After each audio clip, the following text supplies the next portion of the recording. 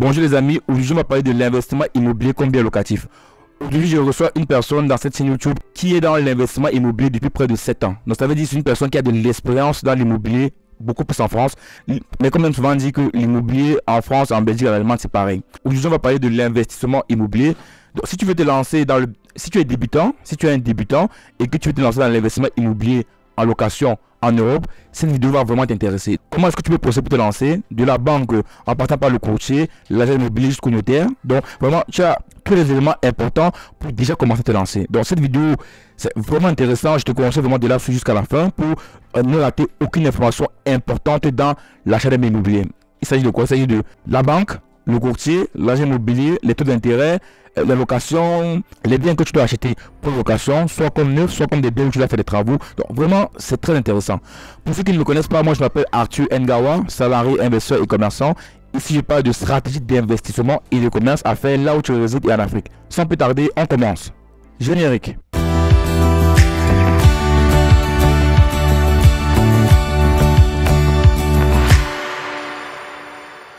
Bonjour les amis, comme j'ai déjà présenté mon invité d'aujourd'hui, mais je vais d'abord le laisser se présenter lui-même pour que vous puissiez le connaître. Donc Steve, tu peux te présenter pour qu'on puisse te connaître avant qu'on parle du sujet, bien sûr, de l'immobilier, bien sûr. Bien sûr, donc moi je m'appelle Steven Ngawa Monté. Donc je suis ravi de pouvoir partager avec vous quelques expériences que j'ai pu faire dans l'immobilier. Ça peut vous servir, donc voilà. D'accord, et donc pour être clair dès le départ, je vous dis, lui il est propriétaire de 2 biens immobiliers, de plus de 2 biens immobiliers en France. Donc ça, c'est un domaine qu'il maîtrise très bien, vraiment qu'il maîtrise très bien. Donc dans ce sujet, on va discuter de comment est-ce que tu peux procéder pour pouvoir avoir un bien immobilier en location en France, mais laisse-moi vous dire que ça concerne l'Europe en général, parce que une procédure pour avoir un bien immobilier en France ne s'éloigne pas d'une procédure par exemple pour avoir un bien immobilier en Allemagne ou en Belgique. C'est vrai, il y a des divergences, mais ça peut arriver. Donc cette vidéo est vraiment pour toute personne qui veut investir dans l'immobilier en Europe, qui veut avoir la technique pratico-pratique d'une personne qui est déjà à l'intérieur. Cette vidéo va l'intéresser. Donc ça peut tarder, Steve, on va essayer de commencer la vidéo. On va aller rapidement dans le sujet, vraiment on va aller essayer directement dans le sujet. Si une personne décide aujourd'hui de se lancer dans l'immobilier en France et qui achète un bien pour l'immobilier pour location, parce qu'il faut le dire, l'immobilier pour la location et non pour un bien de résidence personnelle. Pour toi, comment est-ce qu'il doit faire pour commencer? Je vais t'aider un peu pour qu'on passe vite, parce qu'il y a certaines personnes qui disent que quand tu te lances dans l'immobilier, la première chose que tu dois faire d'abord, c'est d'aller voir le banquier, voir ce que tu peux avoir comme argent. Ensuite, quand tu sais ce que tu peux avoir comme argent, tu commences à aller chercher les biens. Tu peux commencer à aller chercher les biens toi-même sur Internet, passer par un courtier. Mais toi, qu'est-ce que tu penses? Pour une personne qui veut commencer, est-ce qu'il doit d'abord aller chez le banquier ou bien il doit se lancer directement sur le bien immobilier? Non, je dirais que la première des choses, déjà, quand on veut se lancer dans l'immobilier, c'est d'abord la connaissance. Il faut déjà avoir la connaissance de l'immobilier. Quand je parle de connaissance, c'est où est-ce qu'on vit. C'est-à-dire, si on vit en France, si on vit en Allemagne ou si on vit en Belgique, on doit pouvoir connaître tout ce qui cadre autour de l'immobilier. Ça passe par la fiscalité, par les taxes, ça passe par de comment le marché immobilier se comporte dans le secteur. C'est de savoir les normatifs, donc c'est-à-dire que c'est quoi les types de logements qui peuvent être mis en location. Aujourd'hui, on le voit de plus en plus en Europe. On a des classes de logements G par exemple qui sont plus G, c'est le bien énergétique, ouais. Donc ils sont plus qu'on peut mettre en location. Bien énergivore, quoi. Ouais. Donc il faut que vraiment il faut avoir tous les éléments qu'on a besoin. D'abord pour moi c'est l'information. D'accord. D'accord. Financement avant autre chose. En fait, donc pour toi, pour une personne se lance à l'immobilier, il doit d'abord se former dans l'immobilier. D'accord. Il doit savoir comment est-ce qu'on gère un bien immobilier. Comment est-ce qu'on paye les taxes? Comment est-ce qu'on établit un contrat de location? Comment ça se passe un bail dans ce pays-là? Mais est-ce que tu penses qu'une personne qui commence comme ça, dès le départ, qui ne s'y connaît pas dans l'immobilier, ça peut pas le décourager aussi un peu? Non, ça, au contraire, ça va plutôt permettre de l'éclairer. Ça va permettre de l'éclairer d'où il va mettre le pied. Parce que c'est important. Hein. Aujourd'hui, quand tu es ingénieur en mathématiques ou en physique, tu as été formé, tu as appris à faire ce truc-là. On ne peut pas dire juste le lendemain, je me lève, je prends de l'argent et voilà. Donc déjà, c'est où est-ce que je mets le pied, comment ça fonctionne, quels sont les éléments que je dois faire attention, et après on peut se lancer. D'accord. Et ensuite Donc ensuite, une fois qu'on a compris comment le marché fonctionne, tous les éléments qui cadrent ce business, parce que j'ai dit ce business parce qu'il y a beaucoup d'argent à se faire, hein, donc voilà, on en parlera. Ouais, peut-être, ouais. Une fois qu'on a compris cela, il va falloir maintenant connaître, effectivement, sur la deuxième partie, c'est quoi ma capacité d'endettement. Ouais, c'est une très bonne question parce que c'est vrai que j'ai fait une vidéo dessus, mais c'est bien comme tu parles de cela, comme tu connais un peu le sujet. Je veux clairement vous dire, c'est une question, mais ça, c'est pas une. Parce qu'au final, un bien immobilier, il peut s'autofinancer, il peut s'autoréguler. C'est comme un commerce. Hein. Si vous arrivez à avoir un bien de 1 million d'euros qui peut produire 1 500 000 euros, vous allez voir n'importe quel banquier, vous lui présentez votre business plan, vous lui montrez votre projet, il signe, même si vous n'avez rien. C'est donc, oui, l'immobilier, si on veut le faire de façon basique, voilà, avec son taux d'endettement, on prend un bien, voilà, on le met en location, voilà. Oui, ça c'est classique. Mais quand on veut rentrer dans le business, à un moment donné, cette notion même de, on va dire, de taux d'endettement, en fait, ce n'est même plus une question, en fait, au final. Ok, donc je pense qu'on va essayer de peut-être entrer dans des personnes, parce que je pense que la majorité des personnes ici, peut-être ne réfléchissent pas en termes de business, ou peut-être ne vont pas ça très loin comme ça. Peut-être qu'ils sont à un niveau où ils pensent à les taux d'endettement, comme tu as dit. Donc, par exemple, une personne qui veut se lancer sur l'immobilier, son taux d'endettement doit être combien? Ça doit dépasser pas combien? L'immobilier locatif, c'est exactement comme l'immobilier propriétaire. Hein. Donc, aujourd'hui, on est à 35% de taux d'endettement hein, fixé par la PCE, en tout cas en France. Donc, on demande aux personnes de ne pas s'endetter au-delà de 35%. D'accord. Il y a une notion aussi qui rentre beaucoup en jeu quand les banquiers aussi prêtent, au-delà de 35%. C'est ce qu'on appelle le reste à vie. Et le reste à vivre, ouais. Voilà, le banquier regarde, ok, voilà ce qui rentre comme argent, voilà, voilà le taux d'endettement, voilà ce qu'on paye comme crédit, et qu'est-ce qui reste à la fin du mois pour vivre. Donc, il le fixe souvent en France, on est dans les 1000, 1200 euros pour une personne seule. Voilà, ça dépend d'autres banques, soit 800, 900. Mais en tout cas, on est... En fait, dans ces subjectifs, quoi. C'est pas une norme claire. Normalement, on va dire que tu dois pas être en France, en tout cas, tu dois pas en dessous de 900 euros, qui est le seuil de pauvreté en France. Voilà. Donc, il faut que tu aies de quoi pouvoir vivre encore décemment. D'accord.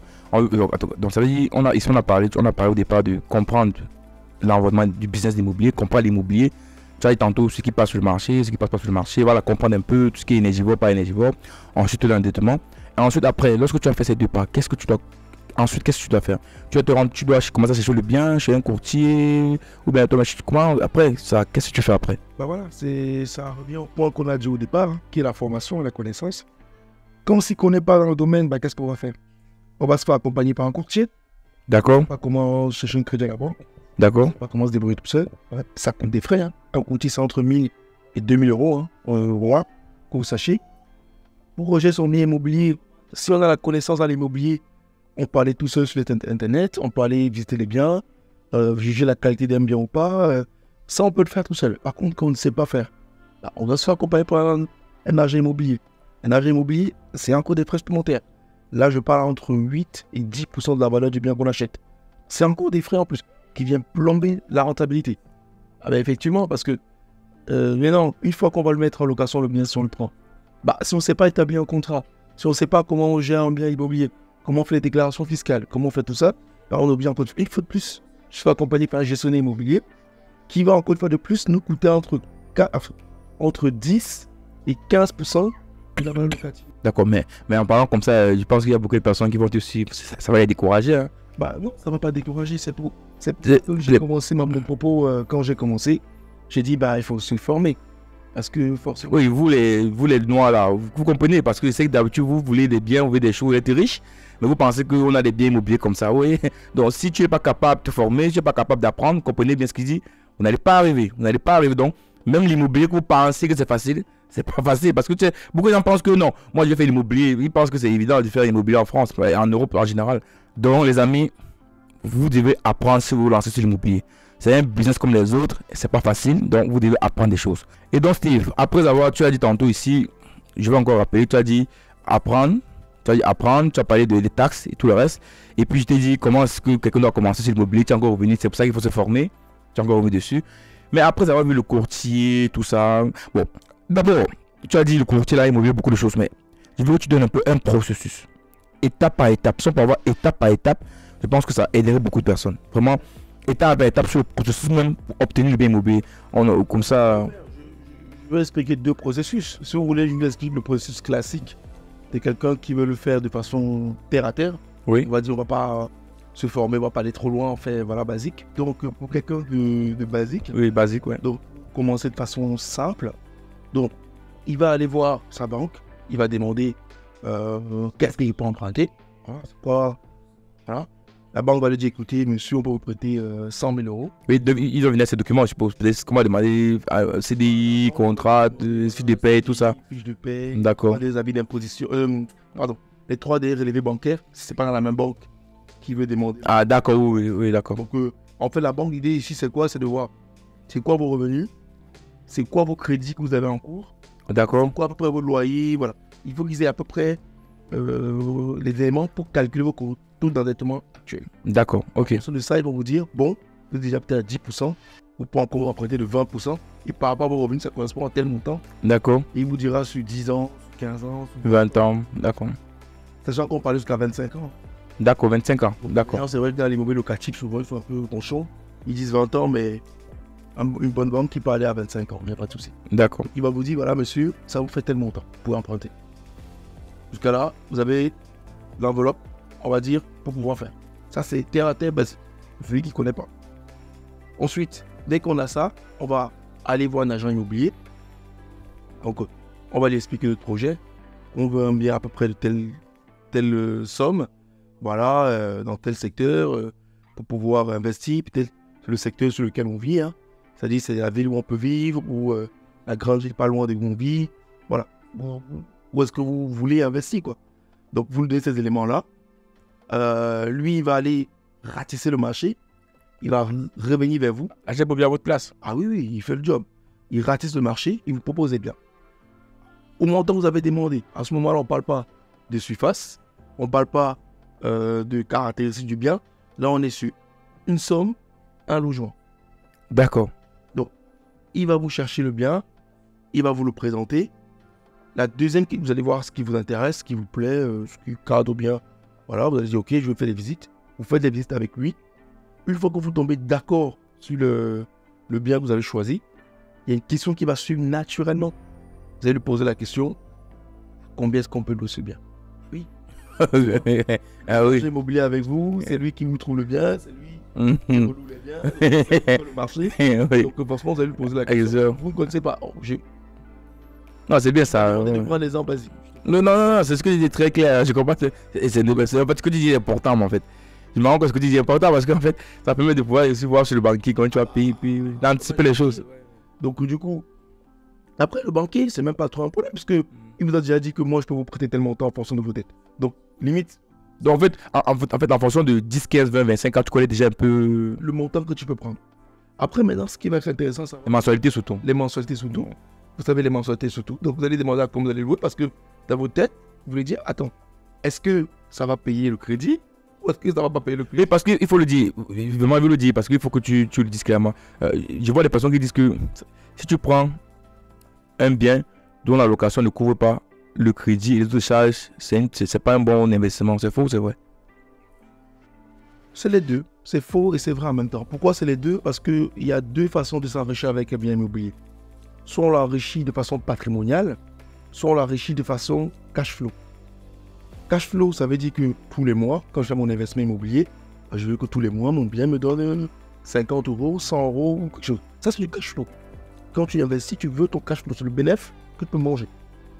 Ensuite, tu as ce qu'on appelle l'investissement patrimonial. Ça veut dire quoi? C'est-à-dire que tu vas prendre un bien que peut-être, on va dire, tous les mois, tu mets 100 euros de ta poche parce que ça ne rembourse pas tous les charges et les crédits, certes. Mais tu sais que tu as ton bien dans un endroit stratégique, que dans 10 ans, quand tu vas la vendre, tu vas payer peut-être 100 000 euros le bien, tu pourras le vendre 200 000 ou 150 000. D'accord. À ce moment-là, oui, tu auras payé 100 euros pendant 10 ans. Mais 100 euros pendant 10 ans, c'est quoi? C'est 1200 euros par an, 12 000 euros en 10 ans.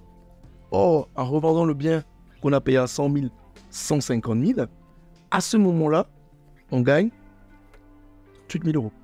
Donc le potentiel de la zone est aussi important. Et aussi important. C'est pour ça que dans l'immobilier, il y a deux façons de s'enrichir avec. Ouais. Soit de façon cash flow, c'est-à-dire c'est tout de suite j'investis, j'ai mon argent. Soit mon bien va s'apprécier avec le temps, va s'apprécier avec l'emplacement où il est. Et dans quelques années, jackpot, je me trouve 50, 100 000 euros que je gagne. Ou si on est un bon investisseur, on fait les deux. Ouais, bien sûr. Cash flow et je pense que les deux, c'est peut-être mieux. On veut les deux, en tout cas, on veut les deux. Mais c'est pour dire que c'est pas parce que la location ne rembourse pas le crédit, que forcément on est en perte. D'accord. Voilà. L'immobilier, voilà, c'est aussi un bien, faut pas oublier, c'est un business qui est aussi long. Hein. C'est un truc qu'on gagne avec le temps. C'est vrai qu'aujourd'hui, quand on a la connaissance, qu'on sait faire, on essaie de plus en plus De gagner du temps, quoi. Voilà. Gagner du temps, et tout de suite, quoi. Donc, en fait, on a parlé de l'agent immobilier, on était sur l'agent immobilier où tu disais, tu demandes le prix d'allocation et ensuite, dès que l'agent te donne le prix d'allocation, qu'est-ce que tu fais de cette information-là? Quelle est la suite, en fait? Quelle est la suite? Donc, la suite. Donc, si l'agent donne que ça cadre bien avec votre projet et que ça couvre à peu près le loyer et que c'est tranquille. Ouais, ça, je parle d'éducation, mais bon. Vous allez dire oui, c'est bon, ça couvre, vous allez accepter parce que vous ne connaissez pas. Vous allez dire, bon, le loyer c'est 700 euros, le crédit c'est 650, c'est bon. J'y vais, go. Voilà. Je parle du package. Hein. Du package, oui, du package. Oui. C'est le bien déjà soit prêt à louer. Prêt à louer, pas bien que tu vas faire les travaux. Même si vous faites les travaux, de toute façon, ça rentre dans le paquet de l'enveloppe globale. D'accord. L'agent immobilier, il va vous ramener un bien, même s'il faut faire les travaux il va quand même faire en sorte que le travaux plus le prix du bien rentre dans votre enveloppe. Ah ouais, Donc, d'accord. Je parle d'appartement prêt à louer. Prêt à louer. Prenez, vous louez, cassez pas la tête. Directement. 700 euros tous les mois et vous payez 650 euros.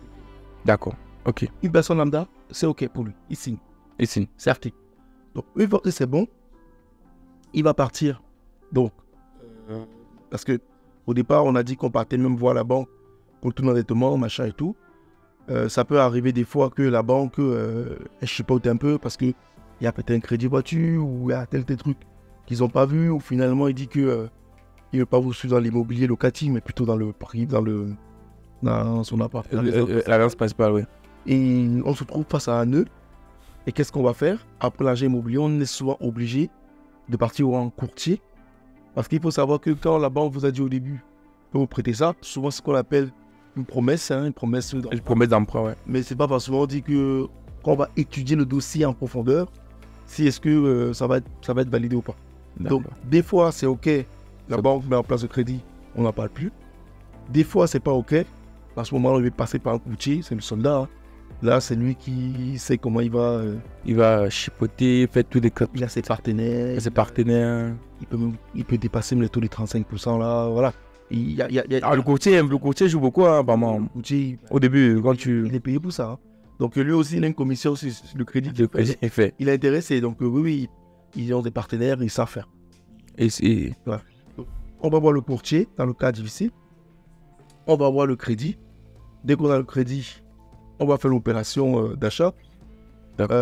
C'est où les personnes découvrent encore un nouveau monde, mais c'est pour ça qu'on parle de formation, mais acheter un bien, il faut aller chez le notaire. Le notaire, il y a des frais d'enrôlement. Donc ce qu'on appelle les frais de transmission des propriétés, qui coûtent à peu près entre 8 et 12% du bien. Du prix du bien. Bon, si on n'est pas averti, on découvrira ça à ce moment-là. Mais bon, ça fait partie du jeu. Hein. Normalement, je pense que le notaire ou l'agent immobilier aurait donné l'information. Quand même un petit peu la loi. Il y a ce coup-là qui va quand même rentrer en normalement, logiquement, ouais. Donc voilà.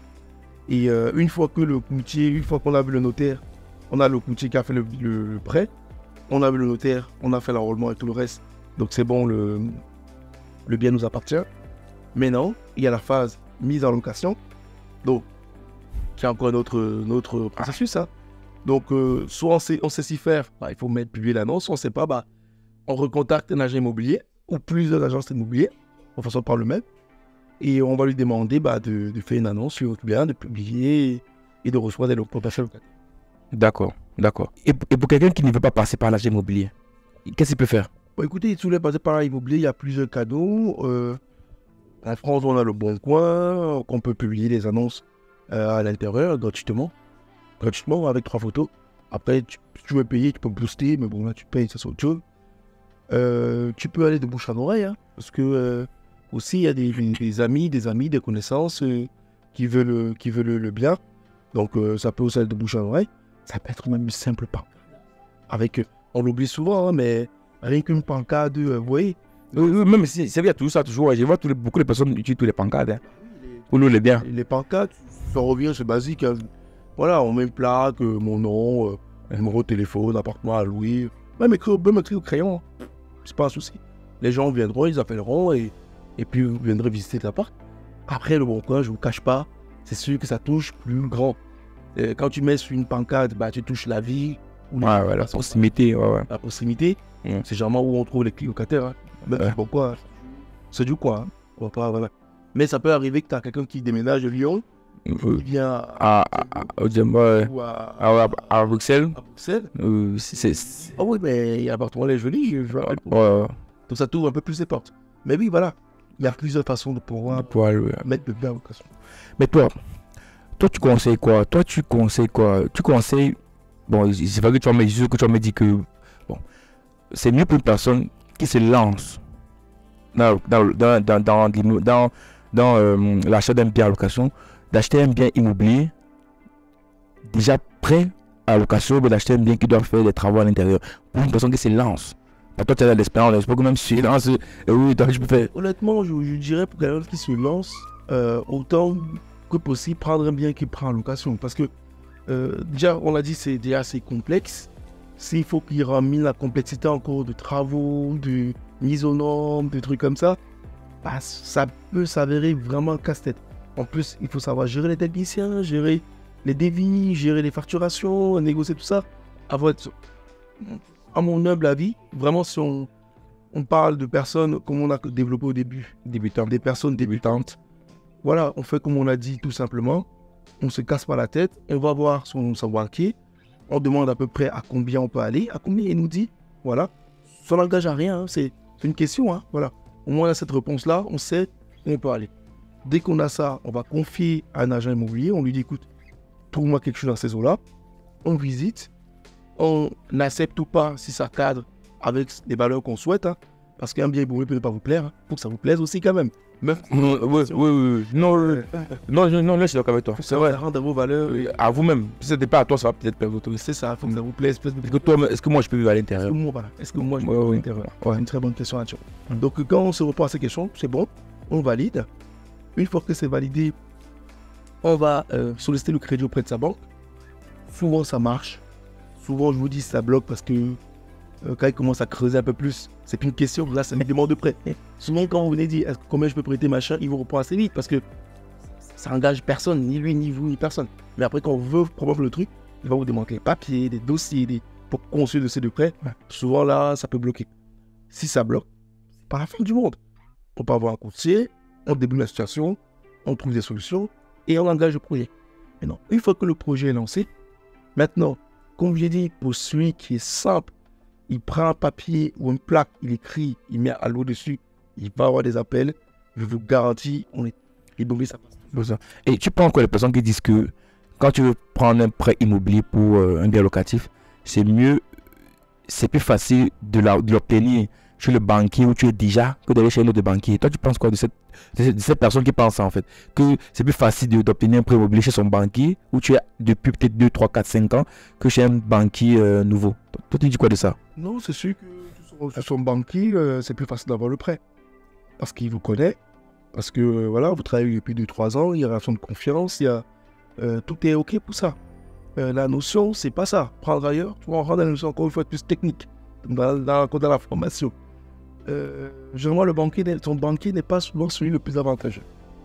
Souvent, c'est quand on va chez le banquier autre, chez la concurrence, qu'on arrive, parce que lui, la concurrence, lui, qu'est-ce qu'il veut? Il veut des nouveaux clients. D'accord. Ok. Il faut savoir que le crédit immobilier, c'est pas... Pour la banque, ça ne donne pas de l'argent. Hein. Le crédit immobilier, en fait, pour eux, c'est un produit d'appel. C'est-à-dire que c'est un produit de fidélisation, en fait. Quand vous venez dans une banque, vous prenez un crédit immobilier sur 15-20 ans. Vous êtes engagé sur 15-20 ans. Qu'est-ce qui va gagner derrière vous? C'est tous les transactions bancaires que vous allez faire à votre carte bancaire. C'est tous les virements que vous allez faire. C'est tous vos salaires qui vont rentrer. En fait, c'est qu'un produit d'appel, au final. Le crédit immobilier, c'est pas... il y a quelques années, nous, on prenait les taux à 1%. J'ai eu les crédits à 0,4%.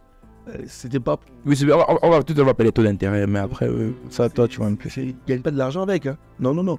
Au contraire, ils gagnent le client. Ils gagnent des loyers qui vont rentrer tous les mois, qui va créditer le compte en positif. Ils gagnent les salaires qui vont peut-être rentrer. Ils vont récupérer. C'est ça, ils gagnent de l'argent, les banquiers. Donc, toi, tu dis aux gens que c'est même mieux d'aller chez notre banquier pour essayer de jouer la concurrence. Pour celui qui est averti, qui est formé, qui sait, il va prendre tous les crédits. Moi, j'ai toujours fait le ping-pong. Oui, c'est vrai. Moi, j'ai 3 banques. Et je joue avec les 3 banques. Hein. Je vais chez Paul, après je vais chez Jacques. C'est mes 3 fidèles. Ils ne savent pas qu'ils sont 3 fidèles, mais Je commence avec lui, après je vais renégocier chez l'autre pour débaisser le taux. Moi je ne vais pas chez l'autre, je fais que ça. C'est technique, c'est comme ça. Si on parle des téléspectateurs, des personnes qui écoutent, les personnes qui s'engagent dans l'immobilier, oui, ils vont chez les banquiers. C'est beaucoup plus simple. Il les connaît, voilà, il va les faire ça bien. Voilà. D'accord. Au début, c'est ça. D'accord. Ok, maintenant, avant de parler des taux d'intérêt, parce que les taux d'intérêt, pour moi, c'est quelque chose de nécessaire qu'on va parler ici. Mais avant de parler des taux d'intérêt, je veux qu'on parle des aides. Maintenant, en France, quand tu veux acheter un bien immobilier en résidence principale ou en location, est-ce que l'État t'aide sur ça? Parce que, disons clairement, on sait qu'il y a des problèmes de location partout en France. On sait que la location, le logement, voilà, dire la location, le logement en général manque dans beaucoup de pays, que ce soit en Afrique ou en Europe. Maintenant, est-ce que l'État aide des personnes qui veulent investir dans l'immobilier? En France, tu es en France donc. L'État aide les propriétaires de leur résidence principale quand ils veulent investir dans l'immobilier pour faire des travaux, tout ce qui est énergétique. De quelle idée par exemple, ouais. Bon, il peut avoir des prêts à taux zéro, il peut avoir des éco-prêts à taux zéro, il peut avoir des prêts en poussant logement, il peut avoir des réductions d'impôts aussi. Donc il y a des choses. Ils aident aussi même les locataires, les propriétaires, les locataires ou les propriétaires qui louent leurs appartements. Il y a certains travaux de rénovation énergétique des appartements qu'on peut effectuer chez soi, qui est en location. Hein. Et l'État aussi couvre aussi une partie en fait, soit pareil en amortissement d'impôts, soit en réduction de taux d'intérêt. Donc l'État aide aussi comment faire ça. Donc il y a beaucoup d'aides que l'État, vraiment pour des personnes qui... Donc c'est important pour les personnes qui se lancent dans l'immobilier de pouvoir essayer de voir à quel niveau l'État aide aussi, pour ne pas perdre de l'argent. C'est pour ça qu'on revient l'éducation, la formation. On parlait encore de mise en location, je reviens dessus. Si tu mets une pancarte, ok, tu mets la pancarte, le locataire t'appelle, tu fais les visites. Jusqu'à là, tu arrives à faire. Au moment où le locataire veut prendre, est-ce que tu sais faire un contrat de location? Non, monsieur. Est-ce que tu sais faire l'état de lieu d'entrée? Non, monsieur. Est-ce que tu sais tous les éléments qu'on a besoin pour pouvoir justement prendre un appartement en location? Non, bien sûr. Par exemple, il faut une assurance sur habitation. Il faut que le fournisse ça avant d'arrêter les lieux. Par exemple, il faut une chaîne de caution. Il faut qu'il faille ici sur l'état de lieu d'entrée. Ça, il faut savoir tous les éléments là. Il y a des comptes de charge. Tout ça, il faut rentrer dedans. Bon, si je voulais qu'on parle des taux d'intérêt. Quel est l'impact des taux d'intérêt dans un crédit? Pour toi, est-ce que les taux d'intérêt c'est important quand tu veux prendre un crédit immobilier? Ça dépend de quel crédit immobilier c'est. Si c'est un crédit pour la location, tous les intérêts qui régissent du crédit est déduit des revenus locatifs. Donc, en soit, pour un investisseur immobilier, c'est pas un souci ça. Ça dit une bêtise. Admettons, vous avez vos biens qui vous donnent 6 000 € par an et que vous payez, je sais pas moi, sur le crédit, vous payez 400 € d'intérêt. Bah, vous allez faire 6 000 €. Vous avez eu des locations, moins des loyers, moins 400 € d'intérêt de crédit. Vous allez encore déduire d'autres choses, hein, si c'est la question. Mais il y a d'autres choses qu'on peut déduire, la taxe foncière, les charges, bref. Il y a pas mal de frais qu'on déduit, dont les intérêts dedans. Donc pour un investisseur, en soi, c'est pas pareil. C'est pas un souci en fait. Parce que cet argent-là qui n'est pas déduit, de toute façon, vous allez le payer fiscalement après aux impôts. Donc, dans le taux d'intérêt, c'est beaucoup plus intéressant lorsque tu dois beaucoup jouer dessus quand c'est ta maison de résidence. C'est ça, c'est ta résidence principale. Par contre, oui, ça c'est vraiment, c'est comme si vous achetez une voiture avec un taux d'intérêt à 2%. Je veux dire, la voiture vous coûte 20 000 €. À fin de 4 ans, vous aurez payé 23 000.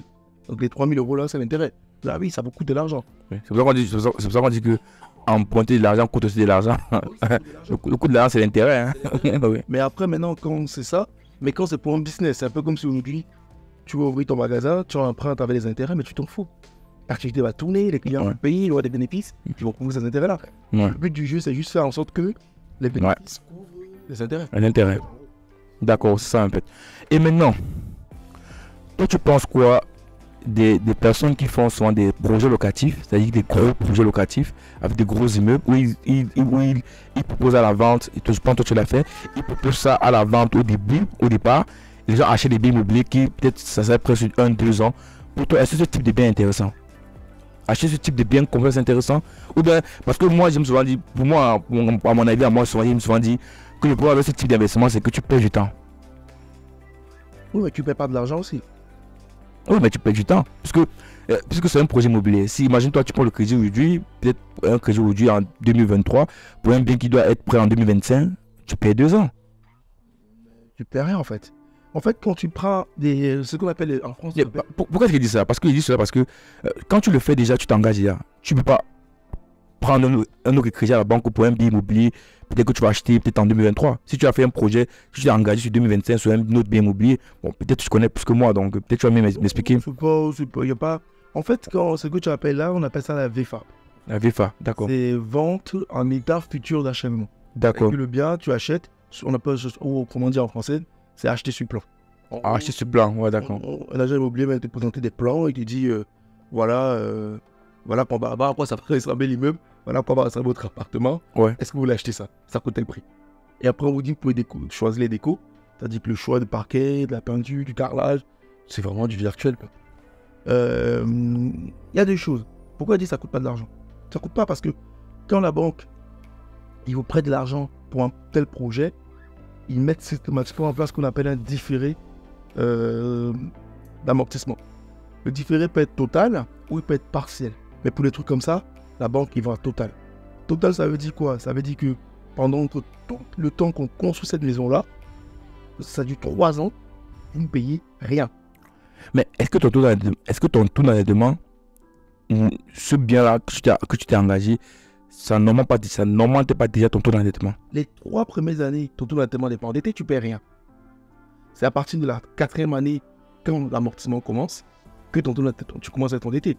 C'est-à-dire qu'on est 2023, je prends un bien qui va être fini en 2026, je prends un crédit que j'ai différé en total jusqu'en 2026. De 2023 en 2026, je ne suis pas encore endetté, je ne paie rien. Par contre, à partir de 2026, oui, je suis endetté, puisque l'amortissement commence. Donc là, d'accord, ça c'est... Les 3 premières années, on peut encore faire des choses. Mais tu d'accord. vas t'engager sur un business qui dépasse les 3 années-là. Parce que forcément, les 3 années, la banque peut dire, m'amuser à te prêter encore telle somme. Parce que de toute façon, si l'argent que je te prête se termine avant que l'autre ne commence, tu peux endetter pendant les 3 premières années. Tu es encore libre. Après, tu me diras, si tu veux reprendre un business oui, 10 ans, tu oui. peux pas. Parce que c'est ça en fait. C'est ça en fait. Ils vont te dire que les 3 premières années c'est bon, mais ils vont te dire à partir de la telle, ça passe plus. Parce qu'il y a ça qui vient s'ajouter à ça. C'est ça en fait. Mais, oui, mais après, pareil, c'est encore de la formation. Pour ceux qui savent, tu prends pas un bien qui a 3 ans. Généralement, quand il y a des projets comme ça, pour démarrer un nouvel immeuble, il faut qu'au moins 50% de l'immeuble, ou 60% de l'immeuble soit vendu. D'accord. Pour que le promoteur démarre le chantier. C'est normal. Ah ouais, alors qu'il n'y a que 10%. C'est ça. Ouais. Ceux qui commencent, les 50 premières personnes qui achètent les biens en début de programme, on appelle ça début de programme, ces gens-là, ils ont des prix avantageux. C'est où on fait des remises de 20-30% sur les appartements. Un appartement doit coûter 20 000, 200 000 euros, on va te le voir à 160 000 euros, par exemple. Tu vois? D'accord. Donc, c'est ce qu'on appelle l'entrée. Donc, tu rentres dans un business, au début, tu as les prix qui sont bas. Et tu achètes. Ensuite, c'est ce qu'on appelle le cœur du programme. Le cœur du programme, c'est tous ceux qui vont venir après. C'est-à-dire que qui vont venir après, eux, ils vont acheter au marché, voire même plus. Parce qu'ils vont venir quand l'immeuble est déjà construit, quand les maisons commencent à être visibles, quand le 50% déjà vendu, le projet est affiliable. Donc, tu vois, tu n'as pas le choix. Et après, tu as la fin de programme. La fin de programme, c'est quand ils ont déjà vendu 80% ou 90%. Et les 10 derniers lots qui restent, savoir c'est les plus moches, ou je dirais les plus moches. C'est peut-être les moins placés, peut-être qui côté est, côté nord, où il n'y a pas moins de soleil qui arrive, des trucs comme ça. C'est des trucs qui sont généralement qui sont repartis. Et eux, ils me finissent avec ce programme-là, pour nos marques. Et là, ils fonctionnent des prix. Tu peux encore avoir des prix en cause qu'à 30-20% de moins. Et c'est là où c'est intéressant. Parce que quand tu investis en locatif... Ah, à la fin, quoi. Bah oui, puisque la loi en France, c'est que chaque immeuble qui soit construit, il faut qu'il y ait 80% de propriétaires et 20% de locatifs. D'accord. Imaginez-vous un immeuble... Ah, ok. Ça va en ruine. Tu vas avoir un immeuble qui a que des locataires dedans. Il faut qu'il y ait des propriétaires. C'est les propriétaires qui entretiennent l'immeuble. C'est eux qui font attention à la pelouse, au portail, qui font attention au carreau de l'escalier, à la VMC qui aspire plus. Un locataire, lui, le locataire, il part quand il veut. Donc, pour qu'un immeuble soit viable et qu'on soit sûr qu'il tienne dans le temps, il faut qu'il y ait un quota de propriétaires. Donc, au départ, les 50% que je parle, c'est des propriétaires qui achètent, la plupart, parce qu'ils ont besoin de leur maison, ils s'en foutent. Ils savent que dans 3 ans, dans 2 ans, le projet est fini, bon, encore dans la maison. Ils n'ont pas la notion des taux d'endettement, ils n'ont pas d'autres projets derrière. Et après, tu as quelques gars qui veulent louer, qui veulent faire louer leur appartement, qui savent que l'entrée en début de projet, il peut avoir cet avantage-là. Il y va et qu'il a de l'argent, il ne sait pas quoi en faire. Il rentre.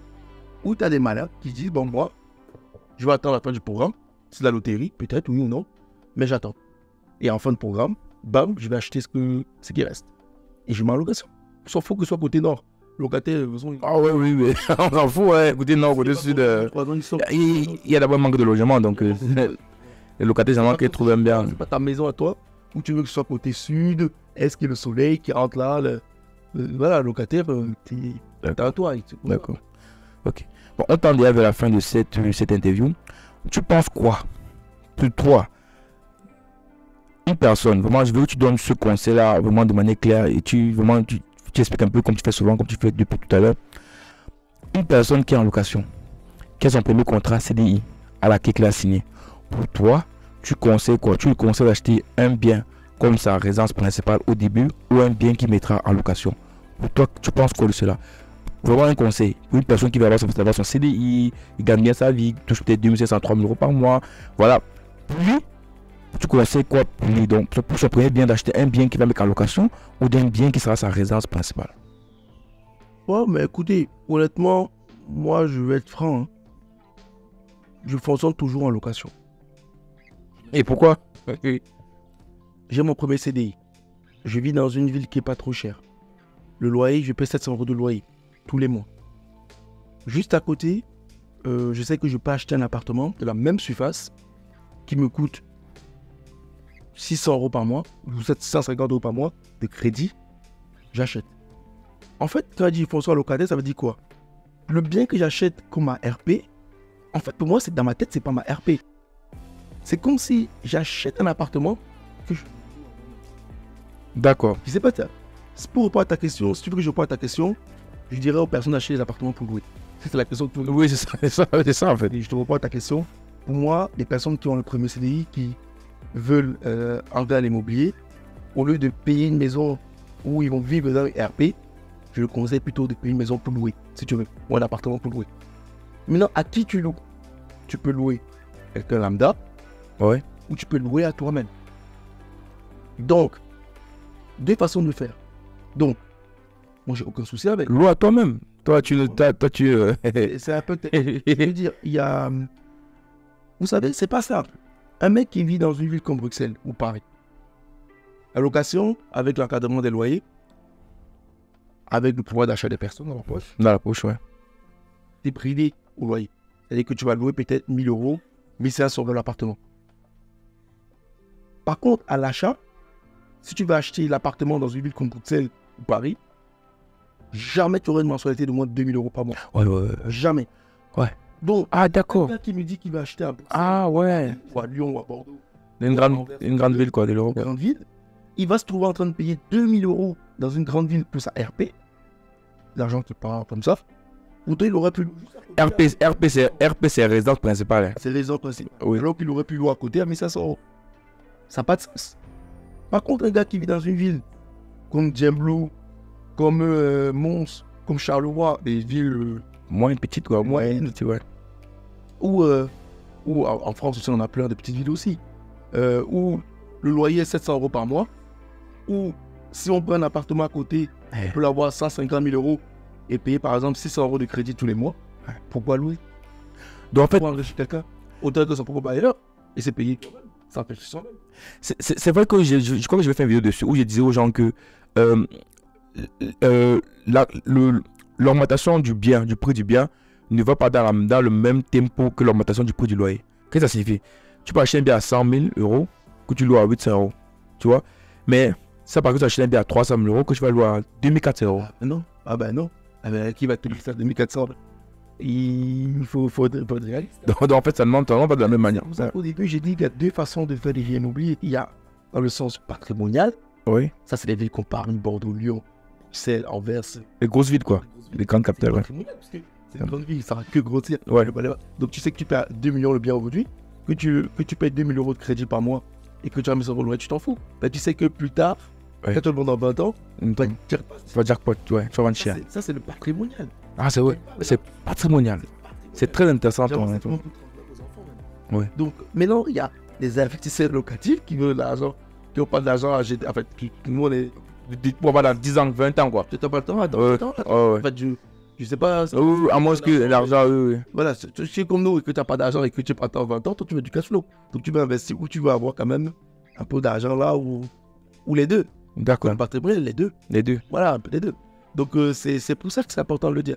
Donc, quand tu as ton premier CDI et que tu veux acheter quelque chose, pour moi, je conseille d'acheter un appartement en location.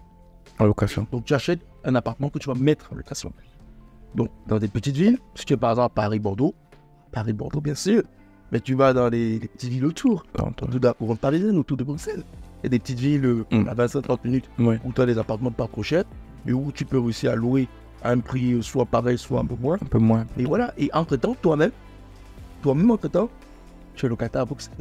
Ah oui, c'est vrai. Et toi-même, tu es locataire à Bruxelles. Et à un loyer bas, Bah, oui. par rapport à ce que tu aurais acheté Acheter dans le... Ah oui. Tu sais, J'ai acheté à Bruxelles.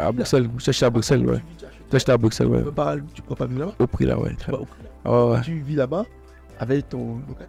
Mais en fait, dans les grandes villes, il y a plus de chances que ton loyer soit inférieur aux mensualités de la banque. Dans les grandes villes, il y a plus de chances que le loyer soit inférieur aux mensualités de la banque que dans les petites villes. Oui. Tu veux le cash flow, quoi. D'accord. Carrément. Donc autant vaut mieux être locataire dans cette ville-là, à moins que tu aies un objectif patrimonial. Patrimonial. Et à ce moment-là, tu dis, bon, ok, moi, j'ai une... D'accord. Mais pour répondre à ta question, D'accord. Bon, vous savez, dans l'immobilier, il y a tellement de choses qu'on peut parler. On peut parler même depuis 1 heure, 2 heures. C'est un sujet qui est tellement long. Mais pour ne pas trop tarder, pour conclure, toi, pour une personne qui veut faire l'immobilier, parce qu'il y a des débutants, hein, vraiment, c'est beaucoup plus des débutants, les personnes qui se lancent.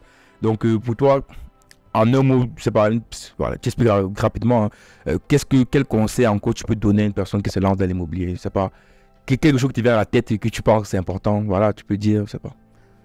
Quelque chose qui te vient à la tête. dit tantôt, on peut parler des heures et des heures. Toutes les étapes sont importantes. Même si je prends le côté inverse, je prends l'envers. Le choix du locataire, tout un métier. Comment D'accord. est-ce que je choisis le locataire qui je mets à l'intérieur parce que encore faudrait-il qu'il me paye. Donc, comment je choisis le bon locataire, comment je sais qu'il va me payer mes loyers. Oui, parce que tu parles beaucoup de locataires. Tu répètes tout, locataire. C'est la base. Hein? Ensuite, les impôts. Les impôts. Il faut savoir qu'un pays comme la France, les revenus locatifs, je parle, Ouais. en France, les revenus locatifs sont taxés avec le taux d'imposition de la personne. En France, on a des taux à 11, 30, 45, 51, pour ceux qui connaissent. C'est les marges des taux d'imposition. En Belgique, c'est pareil, il y a des taux en fonction de ton niveau Ouais. de salaire.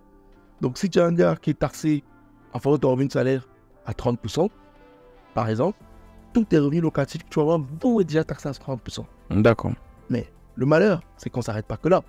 Tu vas contribuer à la contribution sociale, ce qu'on appelle la CSG, qui est encore de 17,2%.